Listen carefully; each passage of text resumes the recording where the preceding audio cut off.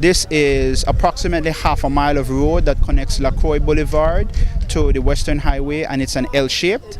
The contract was awarded to RJB Construction, and it cost us just a little bit above $200,000 to get this work. It's asphalted and double coating, so it should work. The contractor installed, I think it was about 16 culverts along the way, and one of the information that I received was that because it's right adjacent to a canal, we shouldn't have that with the culverts, we shouldn't have any flooding of the street, so the asphalting would be perfect in this area. And we were also thinking in terms of budgetary constraints, and they advised me that it was not necessary for us to do a cement street in this area, but most of the other street works that we're doing are cemented. This is the only street that we decided, because of technical advice, that we weren't going to do with the cement works. Before they did the street, they dug out the entire drains. Residents got culverts, they rebuilt their driveways.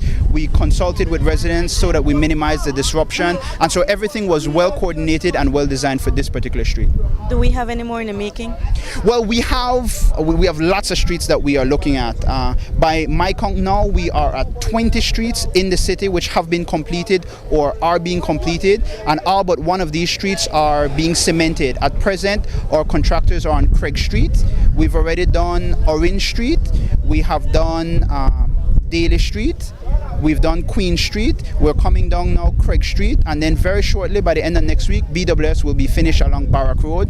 So then we're going along Barrack Road, and then when that finishes, we expect that the bond proceeds will come on stream, and then we will do Freetown Road, and then we will do Mop Street, Douglas Jones Street, and Northfront Street. So we're going to do a full grid.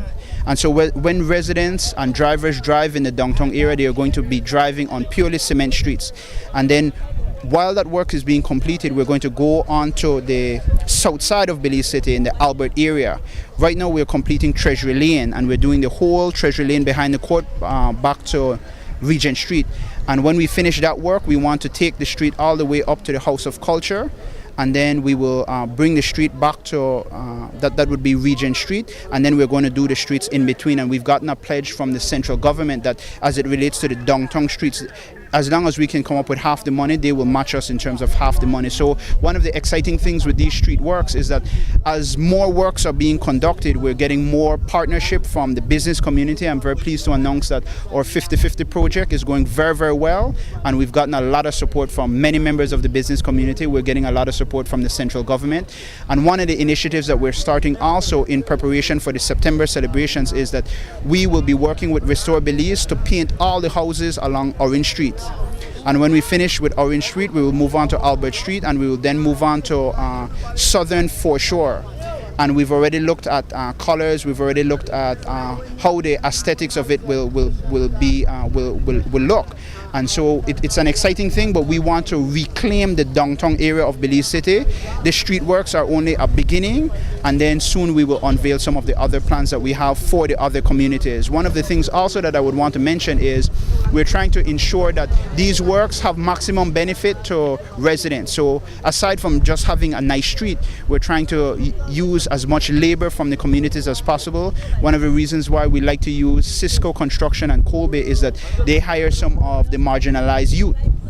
So when we're doing the downtown contracts, for example, we're doing Treasury Lane right now, that's being done through Colby Foundation, which is an annex of Cisco, and they are using a very labor-intensive approach. And all the streets that they have done follow this model, and we want to continue with them as being one of our major contractors. Of course, we have to also think about costs, but we want to ensure that we are able to employ a lot of people, and we're able to benefit a wide section of the community.